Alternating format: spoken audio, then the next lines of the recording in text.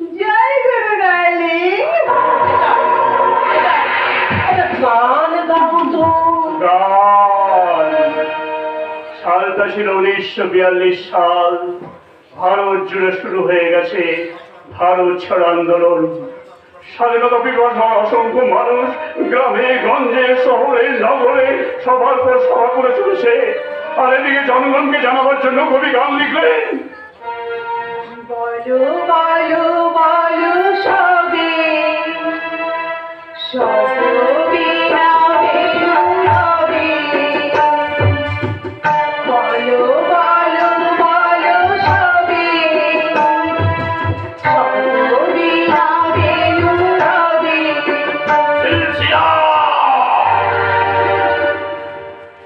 একটু একটু করে বাড়িতে গান শুনছিল না ভালো বাবা।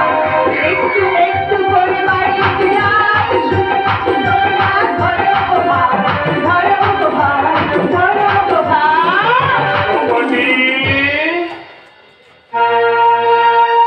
এমন দেশকে কোথাও খুঁজে পাবে না গো তুমি। সকল দেশে রানী সেজে আমার জন্মভূমি।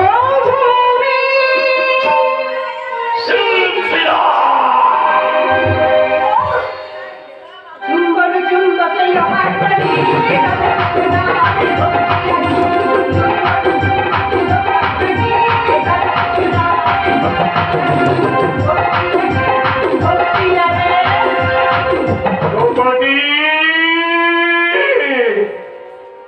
ও আমার দেশের মাটি তোমার করে একাই মাথা।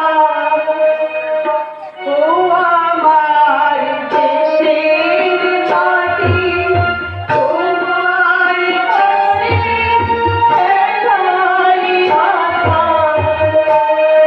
তুমি মিশে তোমার দেহের সারে। তুমি মিশে তোমার প্রাণে মারে।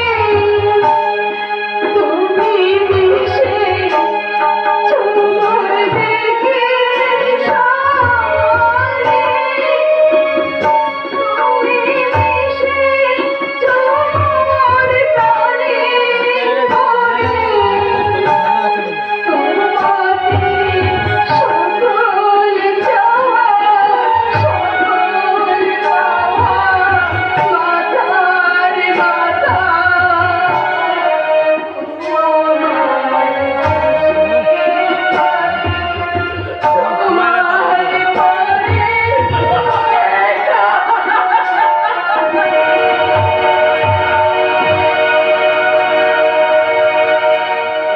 কেঁদেছিল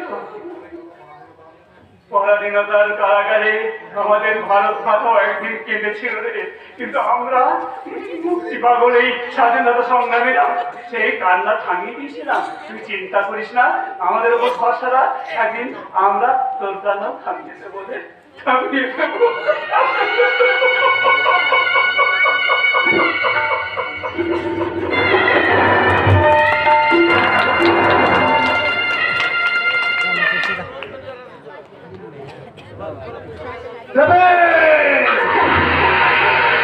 এই বন্ধুকের নাম থেকে একটা একটা বুলেট বেরিয়ে তোর বুকটাকে ঝাঁঝরা করে দেবে।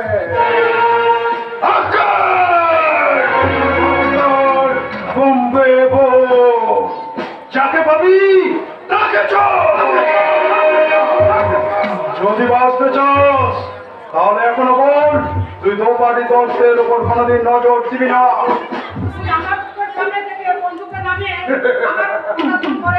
আমি আমার জন্য দোকানের নজর দিই না। তবে কার জন্য তুই তার পেছনে পেছনে ঘুরিস? মালিকের জন্য শয়তান গণপতি গোস্বামী তোমার তোকে চায়, কিন্তু সে কি জানে না লেগেছে, দোপাটিকে আমার ভালো লেগেছে একটা জানেন আর জানলে বলে তোর কাছ থেকে চিনি দিতে চাই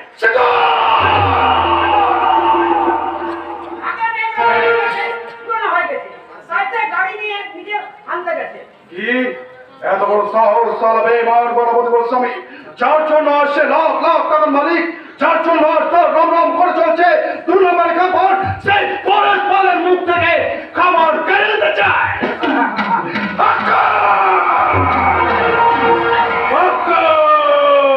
বোম্বে বো যাকে পাবি তাকে চো, আমি ওর ব্রিজ তার ভেঙে দেবো। সব কথা পুলিশকে বলে রেছি তো। কি বলবেন এই বাচ্চাদের কত রুটি খবর জানেন সব জানি রে শীতল, সব জানি। আজকের এই গোস্বামী ভবন ছিল ব্যবসাদার দিলাকুর বাড়ির বাড়ি।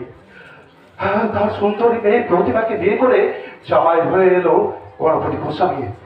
শ্বশুরের বিশাল সম্পত্তির লোভ সামলাতে না পেরে নিজের শ্বশুর মাথায় গেছে নিজে মার্ডার করে দিল। আরে শীতল না, কবে আমাকে দিয়ে এই পরেশ পালকে দিয়ে সে মার্ডার করালো। নিশ্চিন্ত হয়ে ঘুমোচ্ছিল দিবাকর বাড়ছে, আর আমি চুপ চুপি তার রুমে গিয়ে এই বন্দুকের নলটা তার বুকে চেপে ধরলাম, তারপর 1 2 3 করে 3টে গুলি করেছিলাম। শীতল 3টে গুলি করেছিলাম।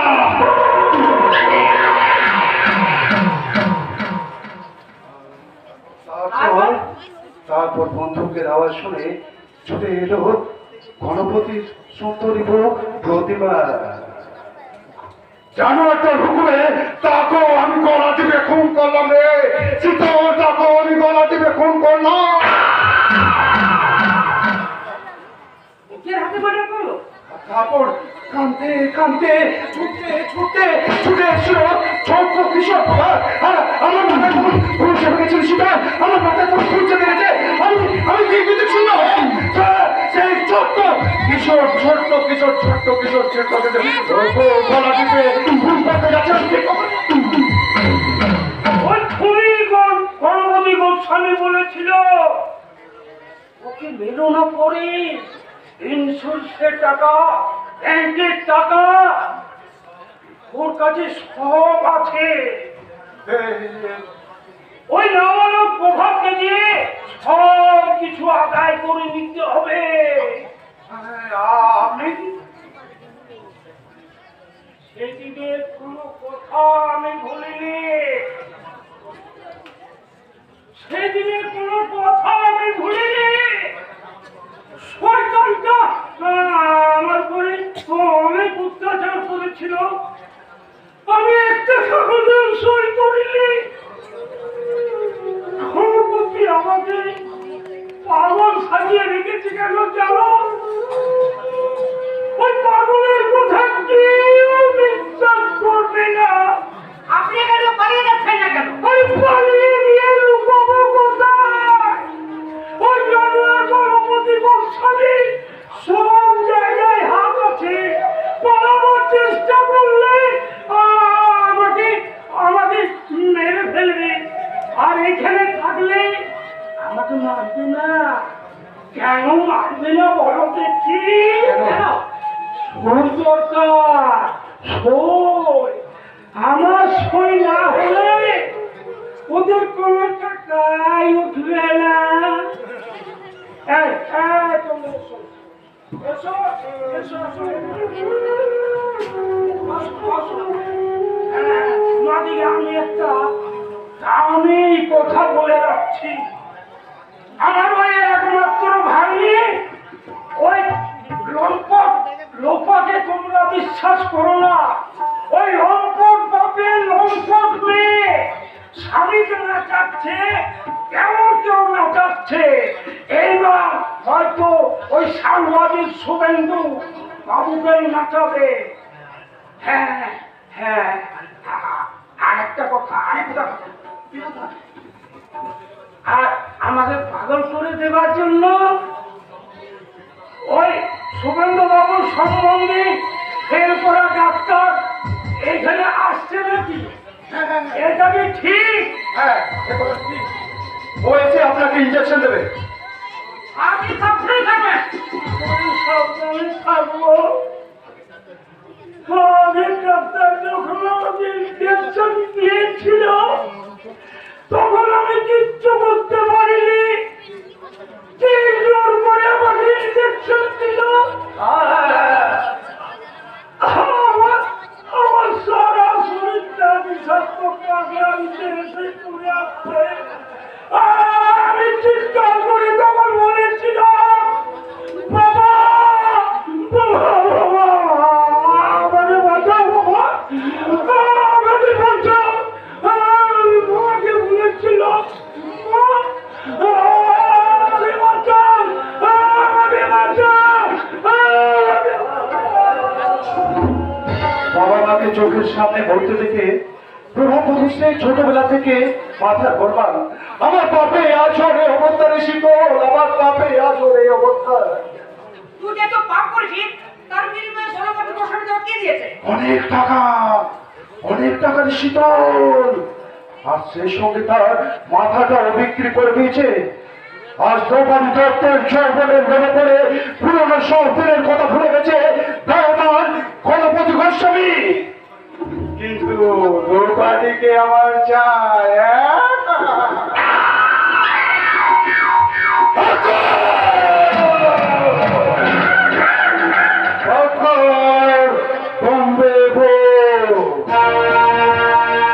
যাকে পাবি তাকে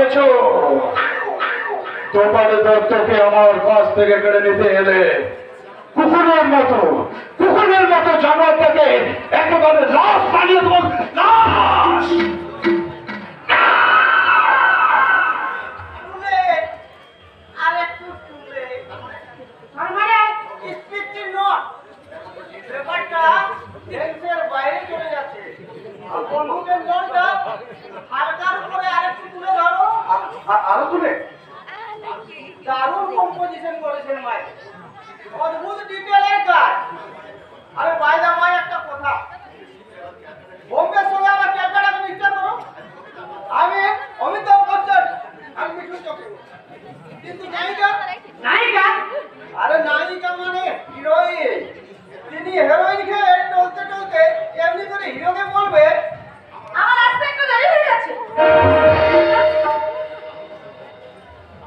আপনি বসুন, আমি এখনই গিয়ে ওদেরকে পাঠিয়ে দিচ্ছি। আজ শুভ চলে আয়। ঠান্ডা আজকে ঠান্ডা ডাক্তার সাহেব আমি গরম। বেড়া এই বেড়া চল এখানে ঠান্ডা এবং গরম পাঠিয়ে দাও। আপনি ঠান্ডা চাইবেন কেন? আমিও গরম, আপনিও গরম। আরে গরমে গরমে যেমন তবে মানে সিনেমায় অভিনয় করতে গেলে হালকার উপরে একটু গরম হওয়া যায়। আপনি আমাকে চেনেন না? আমি সারা পৃথিবীর ফিল্ম ডাইরেক্টরদের মধ্যে একজন। বিচার অ্যাটেন্ড করো, আমার সাথে হ্যান্ডশেক করে গেছে। আমার নাম শুনে তো চমকে উঠতেন। আর ওই করণ জোহর আমার নাম শুনে তো সামনেই আসে না। হ্যাঁ, আমি আপনাকে করবো, মানে আপনাকে নিয়ে করবো। কি করবো? ছবি, সুপারহিট ছবি। আহা, আপনার মুখখানা কি যেন চাঁদটা আকাশ থেকে ছিটকে সেটা গেছে। মাংস দেখি তা হোক, রিয়ালিটি দিয়ে কমিয়ে নেবেন। আচ্ছা, আপনারা কি ভেবেছেন বলুন তো? আমাকে একা পেয়ে আপনি যা খুশি তাই করবেন? অসভ্য কোথাকার। ইউনিক ঝামেলা। আরে খুব থেকে আসুন, আরে খুব একটু উঠানামা করুন। আরে মেয়ে মানুষের মতন কপর তলিয়ে তলিয়ে বলুন কি ভেবেছেন বলুন তো? অসভ্য কোথাকার। অসভ্যতার একটা কিন্তু সীমা আছে। আপনি কোথায় ভুলে গেছেন জানেন আমি কে?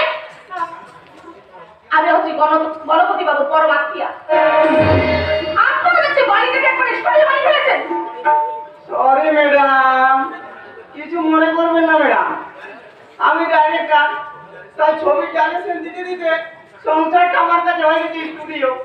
আরে জীবন্ত মানুষগুলো হয়ে গেছে আমার কাছে ছবি। চলি বাই। একটা পাগল নাকি? ইস, ড্রয়িং রুমটা কত সুন্দর। লোকাদের সাততলার বাড়িটা না মনে হচ্ছে একেবারে 7 মহলা রাজপ্রাসাদ। প্রত্যেক ঘরে ঘরে কালার টিভি, ভিসি, ফ্রিজ, কত রং বেরঙের টিপ, প্রচার করে মেঝে, দৃষ্টি পড়ে ওয়াল, চারিদিকে শুধু সুখ আর সুখ, সুখ। আরে এইসব দেখার জন্য তোমাকে আমি নিয়ে এসেছি। নাও, ধরো, ঠিক আছে?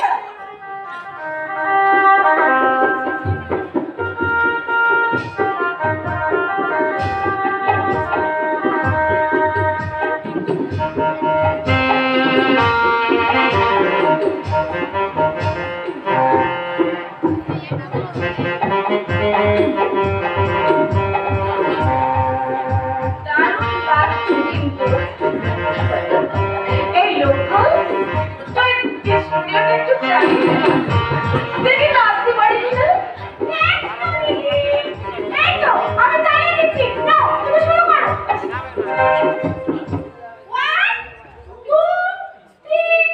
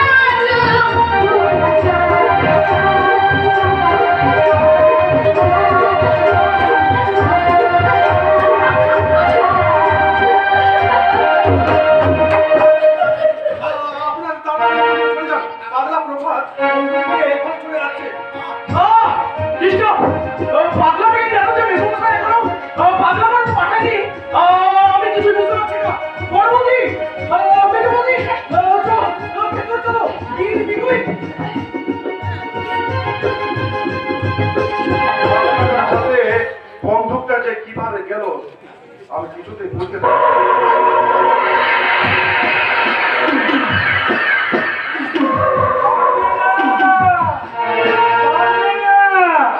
আগুনকে কখনো ছাই চাপা দিয়ে রাখা যায় না। আমি প্রথম গুলি করবো তোমার তারপর ওই শুয়োরের বাচ্চা গণপতি গোস্বামীকে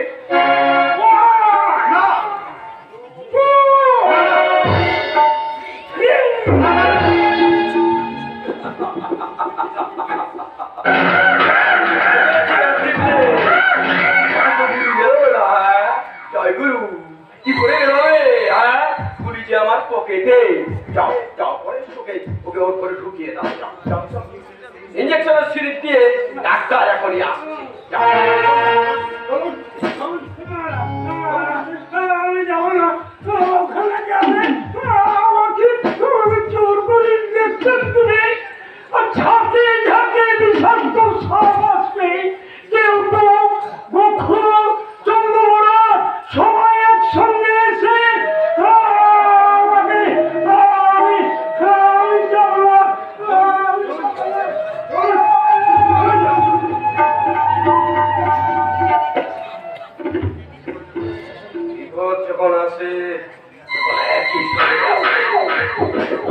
মিস নয়না যখন সোনার পাল পাচার করছিল তখন এক থানার সেকেন্ড অফিসার জয়ন্ত বাবু পেয়েছে।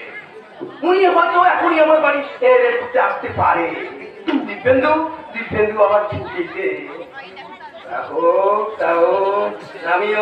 আমিও কোনো ক্ষতি গোস্বামী সবকিছু আমি ম্যানেজ করে তার আগে ওই পাগলা প্রভাবের ব্যবস্থাটা করে ফেলতে হবে। আমি পাকা করে এসেছি মেসমশাই। এখন বলুন পেশেন্ট কোথায়? পেশেন্টকে ধরে নিয়ে গেছে পুলিশ, ওই বলেছে যাও তুমি তাকে এমন ইঞ্জেকশন মেডিসিন করবে যেন সে উঠতে না পারে। বলছি তো এমনি করবে না, তার জন্য তোমাকে আমি টাকা দেব। আজ থেকে তুমি ওর স্পেশাল ডাক্তার, মাসে তোমাকে আমি 5,000 করে টাকা দেবো। যাও যাও যাও। আপনি সিস্টারকে খানিকটা গরম জল পাঠিয়ে দেবেন, আমি পেশেন্টের কাছে চললাম। হ্যাঁ বাইদা ভাই, আমার টাকাটা বললাম তো যাওয়ার সময় পেয়ে যাবে। যাও যাও যাও যাও যাও যাও, একটু তাড়াতাড়ি করো যাও যাও। যাচ্ছি মেসমশাই। আপনাদের সাফল্য মন্দির ওঠার সমস্ত বাজার কাটা জানি একটা একটা করে তার দিয়ে তুলে দেব।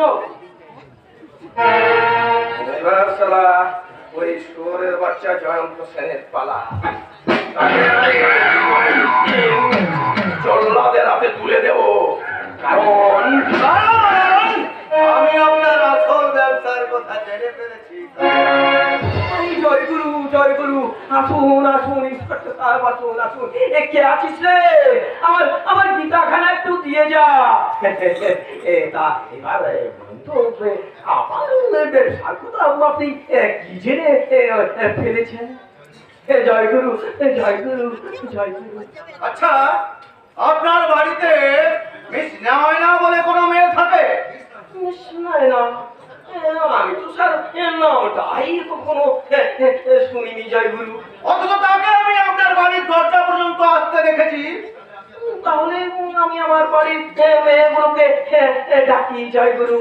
দেখুন আপনার আসামিকে আপনি চিনতে পারেন কিনা। কে আসিস রে? মেয়েগুলোকে একে একে পাঠিয়ে দে তো। তোমার গীতার কথা শুনে আমি ঠিক করে রেখেছি বাবা, তুমি কি পাঠ করতে শুরু করো। এই হচ্ছে আমার মেয়ে। মানে ওই আপনার বস ওই দিব্যেন্দু মুখার্জি আছে না, হ্যাঁ, তার মেজ বৌদি। জয় গুরু। আমি লোপাকে নিয়ে চলে যাচ্ছি মেসমশাই। আপনি আগামী কাল কিন্তু আমাদের বাড়িতে আসবেন। এই হচ্ছে আমার ওই মেয়েটা। ওই আপনি যার কথা শুনে আমার বাড়ি সার্চ করতে এসেছেন, ওই যে সুবর্ণ মুখার্জি আছে না, তার স্ত্রী। জয় গুরু। মিস্টার গোস্বামী, আপনি কেমন আছেন?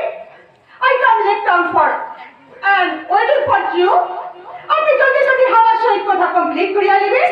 ওকে, বাই। মেয়েটির নাম শিশিরা ব্রাউন।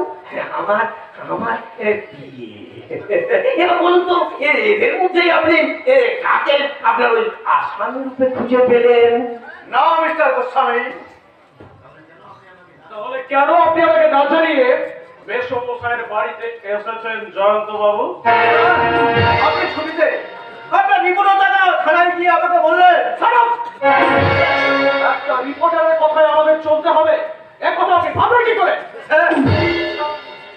পুলিশের কাজে নতুন এসেছেন, মনে রাখবেন আমরা এখন পাবলিকের সেবক নই, পাবলিকই হচ্ছে আমাদের সেবক। যান অফিসে চলে যান। আসলে আমি তো পুলিশের কাজে নতুন এসেছি, তাই আপনাদের ওই জনগণের কেমিস্ট্রিটা ঠিক বুঝতে পারিনি। আর তাছাড়া সর্ষের ভেতরে যে ভূত ঢুকে বসে আছে সেটা আমার জানা ছিল না। মনে করবেন না স্যার, আপনি শুধু একমাত্র পুলিশ অফিসার নন, এদেশে আরো অনেক ভালো পুলিশ অফিসার আছে। ভালো মানে কি মেসমশাই? মানে ভালো মানে টাকা বাবাজি, ভালো মানে গাড়ি, ভালো মানে গাড়ি, ভালো মানে গয়না। আর সেগুলো অর্জন করতে হলে অনেক টাকা চাই, অনেক টাকা।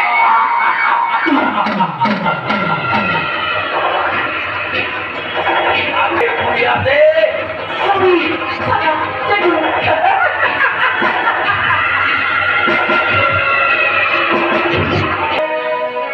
নারী জাতির মুক্তির জন্য নারীকেই বেরিয়ে আসতে হবে। জনৈক দেশ সেবকের বক্তব্য, কলিকাতা 24শে অক্টোবর, স্টাফ ত্রিপুরারের প্রতিবেদন। কিন্তু আমার সবিনয় নিবেদন, বাড়িতে নারীরা কতক্ষণ থাকে যে বাড়ির বাইরে বেরিয়ে আসবে? সংবাদপত্রের মধ্যে তো গ্রাম বাংলার নারীরা পড়ে না, কারণ নগর সভ্যতা গ্রামের মেয়েদের মেয়ে বলেই, মানুষ বলেই মনে করে না। আর যারা দেশ চালাচ্ছেন তাদের বাড়ির মেয়েদের কথা দেখা যাবে না, কারণ অসুবিধা আছে। বাকি থাকলো মধ্যবিত্ত ঘরের মেয়েরা, যারা সকাল থেকে বেলা 9টা পর্যন্ত বাড়ির কাজ করে কিংবা বাজার করে কাটায়। তারপর রবীন্দ্রসঙ্গীত কিংবা নজরুলগীতি গাইতে গাইতে ভরতনাট্যমের ভঙ্গিতে বাথরুমে ঢুকে পড়ে স্নান করতে। তারপর নাকে মুখে দুটো বুঝে খাওয়া শেষ করে ম্যাচ করে শাড়ি, ব্লাউজ, মুখে ঠোঁটে লিপস্টিক লাগিয়ে ভ্যানিটি ব্যাগ নিয়ে রঙিয়ে মতো অফিস চলে যায়। যাক, অনেক কথা বলে ফেলেছি, এবার একটু দম নেওয়া যাক। দমের কথা বলতে গিয়ে আমার আলুর দমের কথা মনে পড়ে গেল। অফিস ক্যান্টিনে আলুর দম আর বিশুদ্ধ ভেজাল তেলের লুচি ভাজা খেয়ে ওপরের ভাই নিচে চালায় করে দিয়ে পুরুষ সঙ্গীর সাথে গল্প কথাবার্তা মিলিয়ে কেউ চলে গেল বাবুঘাট, কেউ চলে গেল ইডেন গার্ডেনে বেড়াতে, কেউ বা বাড়ি ঢুকে স্বামীকে কিংবা দেওয়ারকে, নাহলে কোনো পাড়া তো দাদাকে নিয়ে চলে গেল সিনেমা হলে। সিনেমা হলেও সেই বেলার দৃশ্য। দাঁড়ান, আজকের খবরের প্রথম দৃশ্যটা আপনাদেরকে দেখায়। আজকের খবরের প্রথম দৃশ্য হলো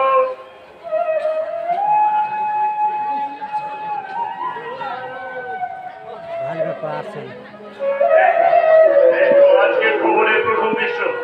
আজকের খবরের প্রথম দৃশ্য হলো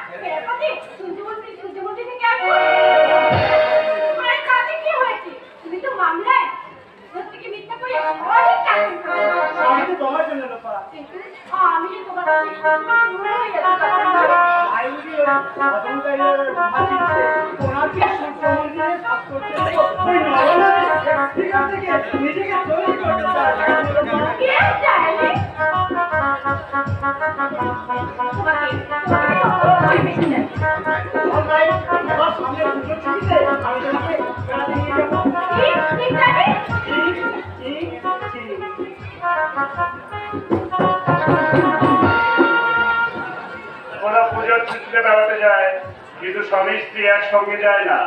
স্ত্রীকে ঠকিয়ে স্বামী যায় অন্য কোনো মেয়ের সাথে দার্জিলিং কিংবা মসৌরি। সেই হিল স্টেশনের 2 নম্বর সংবাদ হলো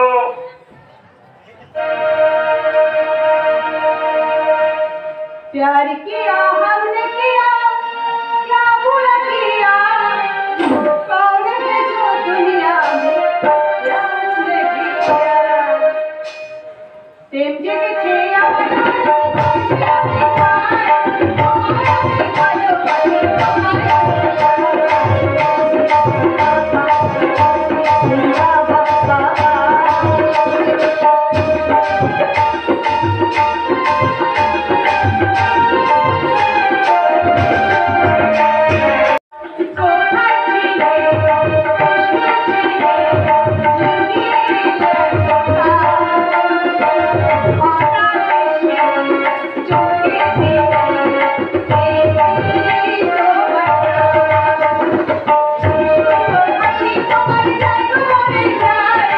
Oh,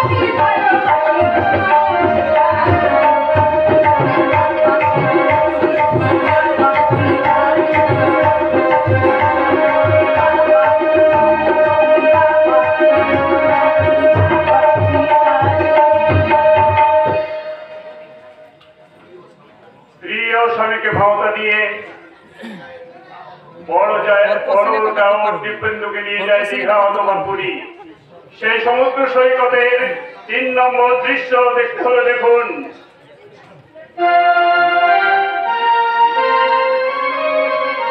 এত কাছে রয়েছে তুমি, আরো কাছে তোমাকে যে চাই, তুমি ছাড়া মন আমার যে আর কেউ নাই। এত কাছে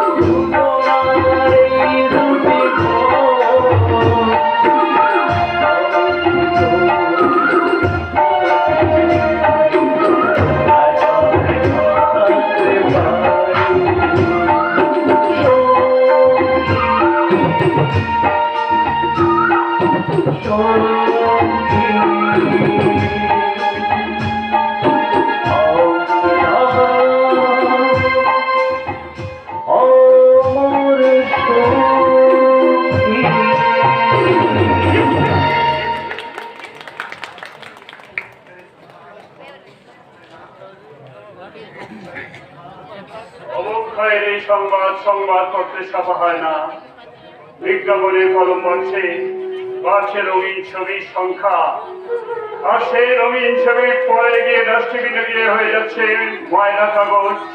আর আমি সেই ময়লা কাগজ কুড়িয়ে কুড়িয়ে দেখা করতে চলেছি আজকে সাংবাদিক শুভেন্দু মুখার্জির সঙ্গে। 2024-এর সঙ্গে দেখা হবে 1947-এর এক বিস্ময়কর সাক্ষাৎকার।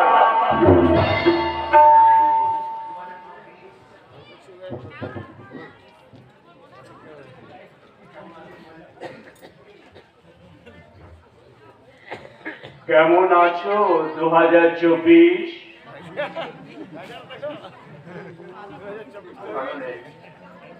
ভালো নেই 1947। কতখানি খারাপ? যতখানি খারাপ বলে মানুষের চোখে ঘুম আসে না, মানুষ হাসতে ভুলে যায়। চোখের সামনে দুর্নীতি হচ্ছে দেখেও বোবা হয়ে থাকে, কোনো প্রতিবাদ করতে পারে না। প্রতিবাদ কি করে করবে? সময় কোথায়? না না 1947 সময় আছে, কিন্তু সাহস থেকেও কোনো লাভ নেই, কারণ মুখ খুললেই লাশ হয়ে যেতে হবে। অথচ 1947 সালে প্রতিবাদ ছিল। 2024 সালে প্রতিবাদ মারা গেছে। 1947 সালে মানুষ সত্যি কথা বলতো, বিরাজ ছিল না, একান্নবর্ত পরিবার ছিল, ভাই ভাইকে ভালোবাসত, বাবা ছিল স্বর্গ, মা ছিল সরকার, আমি দাঁড়িয়ে আসি। 2024-এর মানুষ সত্যি কথা বলতে ভুলে গেছে। দেশ জুড়ে চলছে অরাজকতার ঘোড়দৌড়। ছোট পরিবার, সুখী পরিবার, একই আমেরিকা আরে ভাই রাশিয়া ধুতি পরা বাবা যে প্যান্ট পরছে প্যান্ট শুধু ঢুকরে ঢুকরে কাঁদছে আমার হতভাগিনী মাগুলো। 2024 তুমি কি একবার 1947 সালে ফিরে যেতে পারো না? যদি ভারতে এসো, আমি 1947 2024 সালে কি ফিরে গিয়ে সারা দেশ জুড়ে গড়ে তুলি অমানবিকতা, বর্বরতা আর এই প্রতিহিংসার বিরুদ্ধে ভারত জোড় আন্দোলন।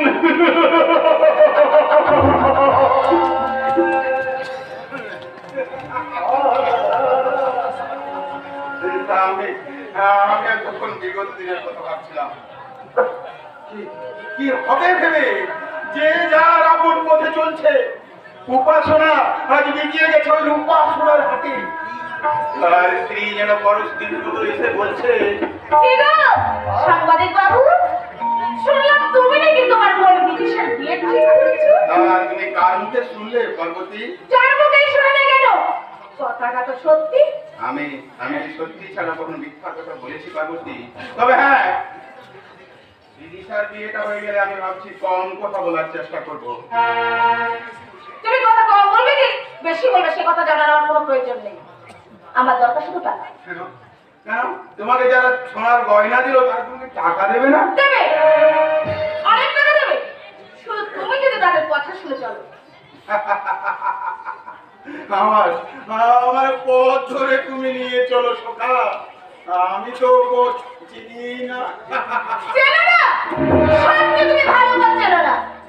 আর চিনলে ওই তুল্যবল লোকের কাছ থেকে ঘুষের টাকা নিয়ে সব মিথ্যে সংবাদ প্রকাশ করতে পারতে পারলে ঠাকুরমার মতো তোমার বাড়ি হতো, গাড়ি হতো। আর সেই গাড়িতে চেপে বেড়াতে যাওয়ার জন্য, সেই বাড়িতে বসে মদের ককটেল পার্টি দেওয়ার জন্য তোমার ঠাকুরপোদের মতো আমার জীবন অনেক নারী হতো। কই সে কথা তো তুমি বলছো না। তাতে আমার কোনো অসুবিধা ছিল না। তুমি যদি চরিত্রহীন হয়েও অনেক টাকা রোজগার করে আমাকে দিতে, তাহলে আমি ভীষণ ভীষণ সুখী হতাম। পার্বতী, তাহলে এখনো কেন আমার এই সংসারে পড়ে আছো? রাস্তায় গিয়ে সেজে গুজে দাঁড়াও, টাকা নিয়ে আসা খদ্দের অভাব হবে না। মাই অবজেকশন, আমি তোমার কথায় অবজেকশন করছি বড়দা। পুলিশ অফিসার দেববেন্দু, তা তোর একটা অবজেকশন যদি করার সাহস না থাকে তো তোর ব্যারিস্টার মেজদাটা সংসার আদালতের কাঠ গড়ায় আমি দাঁড়িয়ে আছি। আমার নতুন করে জন্ম নেওয়া বাবা বিচারক হয়ে বসে আছেন। মার বোন বিদিশাকে ডাক, তারা সাক্ষী দিই। তোর আধুনিকা মেজ বৌদির শিখিয়ে দেওয়ার কথা মতো আমার ব্যারিস্টার ভাই এসে আমার বিরুদ্ধে আদালতে সওয়াল জমা করো। তবু এই সংসারের প্রত্যেকটি মানুষের সামনে আমি তোমার চরিত্র বিশ্লেষণ করতে চাই। আমার শুভেন্দু তোমার একমাত্র ছেলে নয় ভারতী। দপ্তেন্দু বিপ্রেন্দু তোমার সন্তান, তাদের দিকেও তোমার সমান দৃষ্টি থাকা উচিত। আমি তুমি তো তাকাচ্ছ, ওরাই তো ধুতি পাঞ্জাবি পরা বাবাকে প্যান্ট শার্ট পরাতে শিখিয়েছে। ওদের চাকরি করা পয়সা কিংবা ঘুষের টাকায় ভরে দিয়েছে তোমার নতুন কেনা স্টিলের আলমারি। আপনার কথায় ভীষণ আপত্তিকর। তুমি আপত্তি করলে না বড় বৌমা? আমার কথা তো লোকাই বলে দিয়েছে।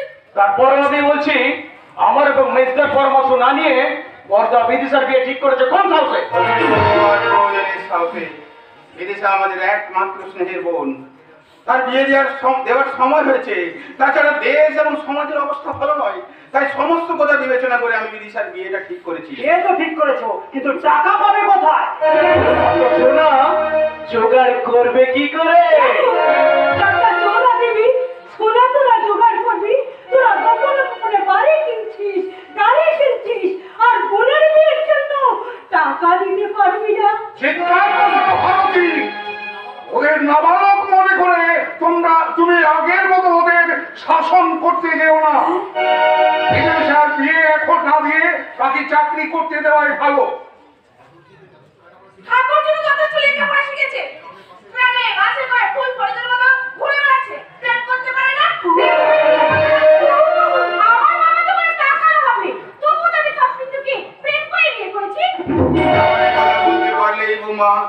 তখন আমিও সংকোচের বন্ধ দরজা খুলে দিয়ে মানবিকতার দুয়ারে মুক্ত কণ্ঠে বলতে বাধ্য হচ্ছি, সেই জন্য বুঝি তোমার জীবনে প্রেম শেষ হয়ে গেছে, সুখের কাঠ হয়ে গেছে, স্নেহ প্রীতি আর ভালোবাসা। আর হ্যাঁ, বিয়ের আগের থেকে লজ্জা খরচ করে করে আজ তুমি লজ্জাহীনা হয়ে গেছো। জবাব তোমাকে দিতে হবে মামা। বলো বলো, বিয়ের পরও এমন সাজসজ্জা কেন? কেন তুমি স্বামীকে ছেড়ে দেওয়ারের সঙ্গে বেশি সময় কাটাও? তোমার মতন পোশাক পরে পল্লীর কোন মেয়েরা, কোন মেয়েরা? উত্তরটা তুমি যদি দিতে না পারো, তবে হ্যাঁ, তোমার ওই বড় বৌদিকে বলো উত্তরটা দিতে। আমি দিয়ে দিচ্ছি শুভেন্দু। তুই তোর মায়ের 7 টাকা দিয়ে কেনা সন্তান, ওই 7 মহলের অন্তঃপুরে তুই ঢুকবি কেমন করে? ওরা যা করছে তাই করবে, ওরা যা বলছে তাই করবে। বিদিশার বিয়ে এখন হবে না, ওরা এখন সবে মাত্র সংসার করছে। না বাবা, ওরা সংসার করেনি বাবা, তুমি দেখতে পাচ্ছ না, ওরা সংসারটাকে ভাঙেছে বাবা। আর একই জোড়া পাপ দিয়ে ওরা আমার টুকের সংসারটাকে টেনে নিয়ে যাচ্ছে নরকের কাছাকাছি। আমি আমার মেয়েকে নরকে নামতে দেব না। আমি ওর বিয়ে দিতে চাই। তোরা যদি আমার গর্ভে জন্মে থাকিস, যদি আমি সত্যি তোদের মা হই, তাহলে আমার মেয়ের বিয়ের জন্য আমি তোদের কাছে দুহাত পেতে ভিক্ষা চাইছি। আমি কন্যাদায়ে বলেছি, আমাকে তোরা কিছু ভিক্ষা দে। জায়গা কিনে আমার অনেক টাকা খরচ হয়ে গেছে, গাড়িটাও না কিনলে নয়। তবু তবু তুমি যখন চাইছো, তখন আমি 5,000 টাকা দেবো।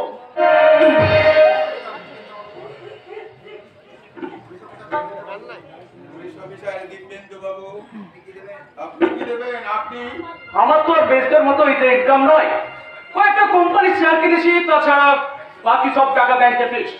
আচ্ছা ঠিক আছে, যখন চাইছো আমিও 4,000 টাকা দেব। আমার মাটা কানতে কানতে চুপি ঝাপটা দিচ্ছে, কথা বলতে পারছে না, বোমা হয়ে গেছে। আচ্ছা আপনি কি দেবেন? আপনি কি দেবেন? আপনি বাবা, আপনি আপনি কি দেবেন আমার বোনের বিয়েতে? আপনি আপনি কি দেবেন? আপনি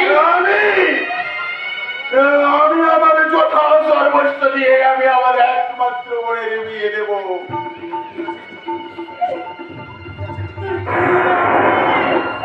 যে তুই দিবি, চাকরি করে যা পার সব তো তুই আমার হাতে তুলে দে। তাই নিয়ে আমি সংসার চালাই। যে বিন্দু তপেন্দুর ঘুষের টাকায় ঘুষ দিয়ে তোর বাবাকে কিনে নিয়েছে, কিন্তু আমাকে কিনতে পারেনি। তাই আমি সবার সামনে প্রতিজ্ঞা করছি, আমি আমার মেয়ের বিয়েতে তোকে বেকারি সাজাতে পারবো না। আমার মেয়েকে আমি সুখী করতে চাই না রে।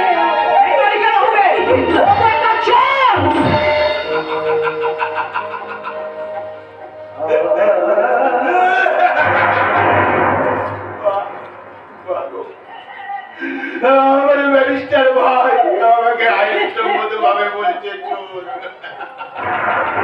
তুমি শুধু চোর নও, তুমি হচ্ছ আমি যাকে ছোট্ট থেকে মানুষ করেছি, সেই ছোট ভাই আমাকে ব্যারিস্টার, পুলিশ অফিসার আমাকে বলছে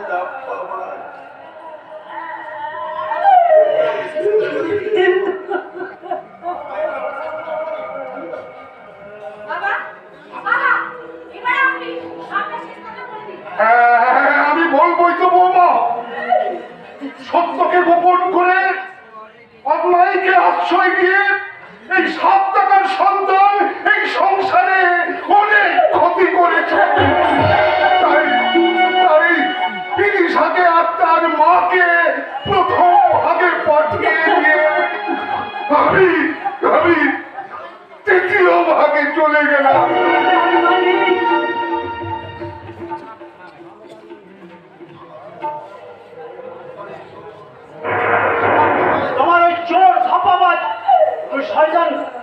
রবীন্দ্র মুখার্জির চরিতার্থ বিশ্লেষণ করতে গিয়ে আমরা আমাদের লাইফগুলো স্পয়েল করতে পারবো না। তাই বাবার সিদ্ধান্তে সর্বান্তকরণে মেনে নিয়ে আজ থেকে আমরা আলাদা হয়ে গেলাম।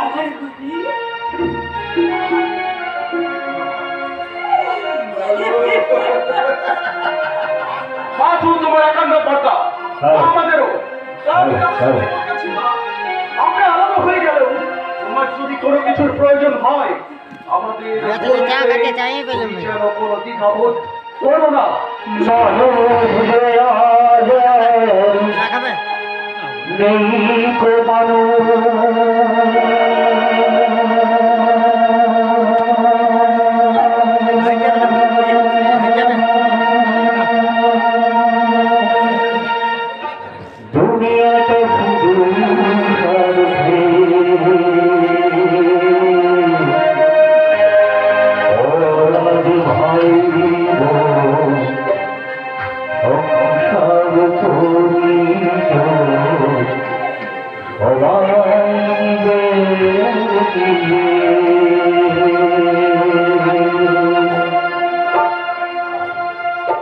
কি হলো?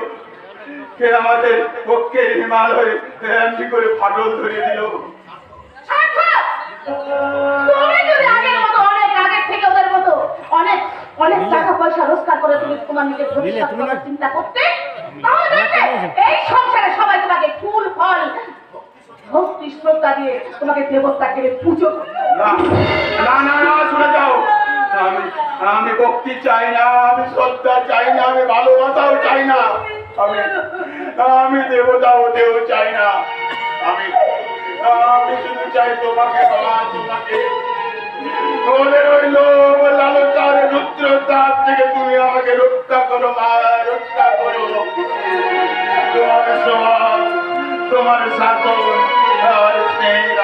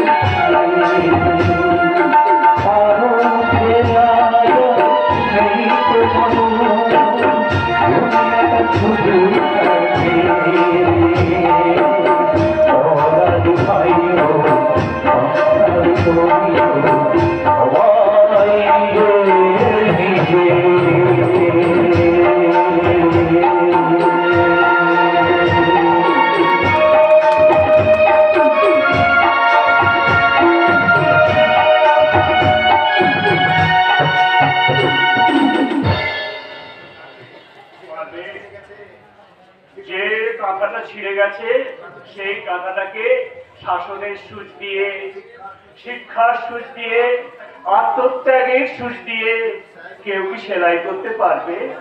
পারবে না। তবে কি সত্যি ছেঁড়া কাঁথার মতো ছিঁড়ে যাবে ভাই বোনের স্নেহের সম্পর্ক, ছিঁড়ে যাবে স্বামী স্ত্রীর সুখ দুঃখের সম্পর্ক, ছিঁড়ে টুকরো টুকরো হয়ে যাবে দেশ সেবার রাজনীতি?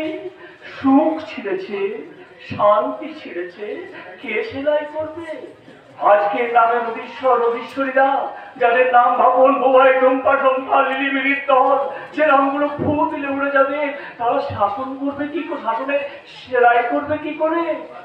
তার জন্য বিদ্যাসাগর চাই, রামমোহন চাই, নজরুল চাই, রবীন্দ্রনাথ চাই, আর চাই 1947 সালের চেতনা।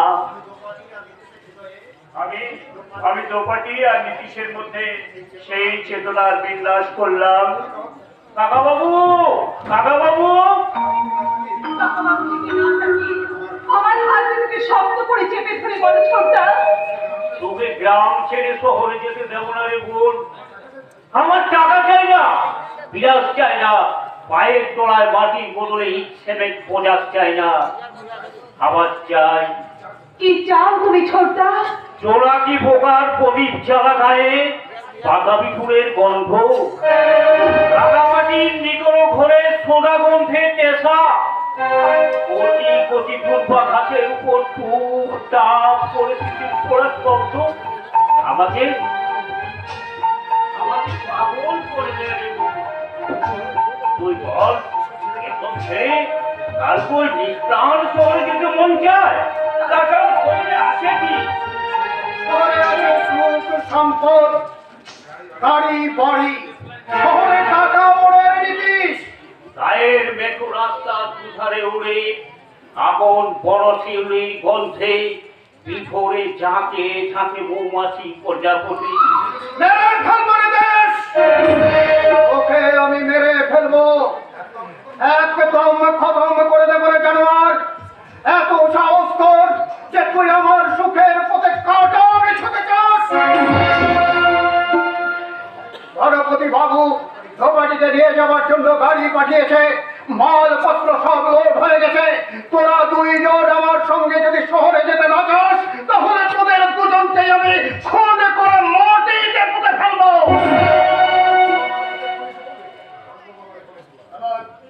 আবার পরেশ বাবু এক্ষুনি এসে বলবে আপনাকে চাকরি দেওয়া হবে জগদীশ বাবু।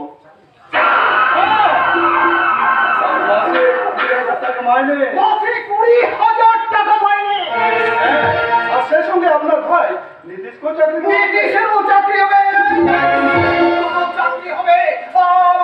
আমাদের হাজার হাজার টাকা আসবে, ব্যাংকে জমবে লাখো লাখো টাকা, আর সেই টাকা দিয়ে আমরা শহরে জায়গা কিনবো, বাড়ি তৈরি করবো।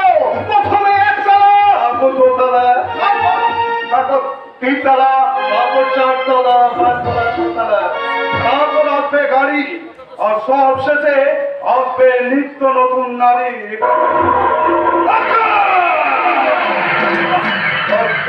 বম্বে গো, যাকে পাবি তাকে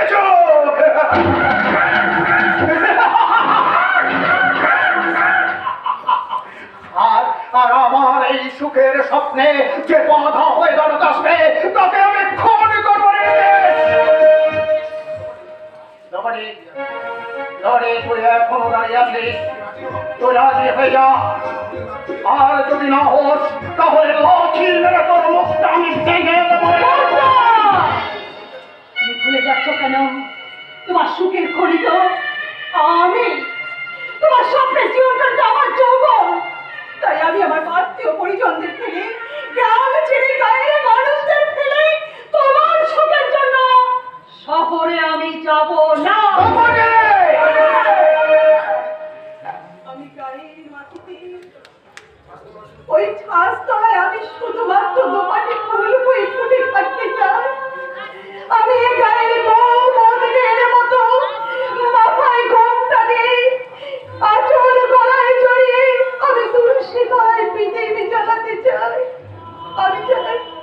আমি চাই চৌকাঠে রাঙা মাটি দিয়ে ঘর ডেকে মাটির দেওয়ালে লক্ষ্মীর আলপনা আঁকতে, আমি লজ্জা থাকতে, আমি বেনারসি কিংবা দক্ষিণ ভারতীয় শাড়ির আঁচলে নয়, আমি সন্তানের সোনাকে বুকে নিয়ে আমার জীবনের লজ্জা আড়াল করতে চাই। আমরা যাই গ্রাম করতে। স্বাধীনতার পর অনেক দিন কেটে গেল, মহানগর নেতারাই গ্রামের কথা ভুলে গিয়ে সুন্দর শহরকে সাজাচ্ছে রাস্তায় শাড়ি পরিয়ে। বাজার রেল, স্টেডিয়াম, পার্ক আর শিশু উদ্যানের সারা ক্লাব করি। গ্রামে ডাক্তার নেই, ভালো লাইব্রেরি নেই, মাস্টার নেই, স্কুলে চেয়ার বেঞ্চ নেই, হেলথ সেন্টারে ওষুধ নেই, থানা ছিল বন্ধুক নেই। শুধু নেই আর নেই নিয়ে ঘুমিয়ে থাকা চলবে না। আমরা গ্রামের মানুষকে জানাতে চাই, আমরা ব্লক ডেভেলপমেন্ট অফিস চাই না, আমরা চাই ওন ডেভেলপমেন্টের পার্টনার। আমরা চাই ছিটে ফুল ফোটা সন্ধ্যা বেলায় রেডিওর গায়ের কথা শুনতে, লতা হেমন্ত আর দিবর মৌসুমের গান শুনতে চাই না। আমরা শুধু চাই এই গ্রামের কথা। আমরা টেলিভিশনে দেখতে চাই ওই গায়ের অন্ধকার ছবি, চিনতে চাই সুৎকর মহাজনকে, বুঝতে চাই পঞ্চায়েত কি, এমন করে কোন খাবারের মতো বেঁচে আছে ওই গ্রামের কঙ্কাল সার নির্মমে মানুষেরা। নীতিশ, কার এ কথা শুনে তুই এই গ্রামে পড়ে থাকতে চাস? তুমি আমার কার কথা শুনে ওই শহরে যেতে চাইছো দাদা? আমার পার্টি আমাকে শহরে যেতে বলেছে। আমার পার্টি আমাকে গ্রামে থাকতে বলছে। তোর পার্টি আমি মানি না নীতিশ। আমি আর তোমার পার্টি মানি না দাদা। তবে আরে বেঈমান! যাও দাদা।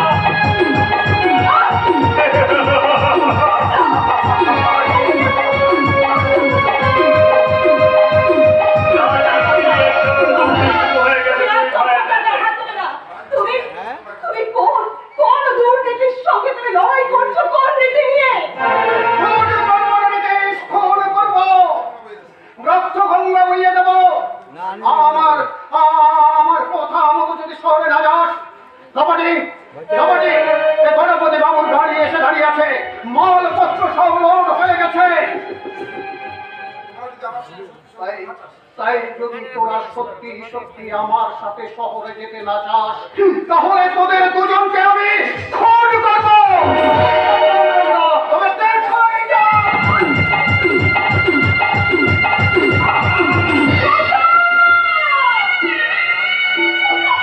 এক রাজনীতি নীতির মাথায় আঘাত করে নীতির নেতা নীতিশকে আহত করে। খবর পেয়ে ছুটে আসে সেকেন্ড পুলিশ অফিসার। আমি কিন্তু আপনাকে অ্যারেস্ট করে আপনার শহরে যাওয়া বন্ধ করে দেবো জগদীশ বাবু। তুমি আমাদের চেনা পুলিশ অফিসার, তোমাকে আমি অনেক টাকা ঘুষ দেবো জয়ন্ত। আমি আপনার লোভী মুখটাকে দেখে দেবো জগদীশ বাবু। আপনাদের মতো পাবলিকেরা ঘুষ দিয়ে দিয়ে গোটা সমাজটাকে বুঝিয়ে ফেলেছেন। এই কয়েক মাসের পুলিশের চাকরি আমি করে বুঝতে পারছি, আপনাদের মতো পাবলিকেরা ঘুষ দিয়ে দিয়ে গোটা সমাজটাকে মেরুদণ্ডহীন করে ফেলছেন। আচ্ছা জগদীশ বাবু, আপনারা একবার কি ভেবে দেখেছেন আগামী প্রজন্মের জন্য আপনারা কোন সমাজ রেখে যাচ্ছেন? ভাবেননি জগদীশ বাবু, ভাবেননি। তাহলে কি অযোগ্য ব্যক্তিরা শিক্ষার মতো পবিত্র অঙ্গনে স্থান পায়? নাকি হাজার হাজার যোগ্য মেধাবী ছাত্র ছাত্রীরা একটা চাকরি রাখায় কলকাতার ওই ধর্মতলার ঘন্টা তলায় হাজার দিন ধরে খোলা আকাশের নিচে বসে থাকে? ঘুষ দিয়ে দিয়ে আপনারা পুরো প্রশাসনটাকে বসিয়ে ফেলেছেন। এই কয়েক মাস পুলিশের চাকরি করে আমি বুঝতে পারছি পুলিশের চেয়ে বেশি দোষী আপনাদের মতো পাবলিক। পাবলিকের নামে দোষ দেবেন না জয়ন্ত বাবু। পাবলিক ভীষণ পবিত্র এবং কর্তব্যপরায়ণ। ওরা পুলিশের কষ্ট বোঝে, তাই পুলিশকে 4 আনা থেকে 4 লাখ টাকা পর্যন্ত সাহায্য পায়। এই নিন, আপনাকে আমি 4 লাখই দিলাম। 4 দেওয়া হয়ে গেল, লোকের পুকুরে চক্রান্তের 4 দেওয়া হয়ে গেল। এবার প্রত্যাশা মাছ বুড়বুড়ি কাটতে কাটতে ছুটে আসবে, আর তারপর ছলনার বর্ষিতে কথা প্রতারণার চোখে নিজেদের মরণ নিজেরাই দেখে ইডিয়েট! পুলিশের চাকরি করবে অথচ ঘুষ নেবে না। ঘুষ না নিলেও তোমাকে কি কেউ শ্রদ্ধা করে? না না না না, করে না। তাই ঘৃণা যখন পাবই তখন 2 বাকেট ঘুষের টাকায় ভরিয়ে নেব। পুলিশ ঘুষ নিয়ে তার মহান কর্তব্য করে যায়। মুমূর্ষ নীতি মুখ থুবড়ে পড়ে থাকে। 1947 সালে চেতনার মৃত্যু হয়। তার জায়গায় দাঁড়ায় 2024-এর ব্যারিস্টার। আদালতে যিনি সত্যকে মিথ্যা প্রমাণ করে অর্থ, যশ, খ্যাতি 3টেই অর্জন করেছেন।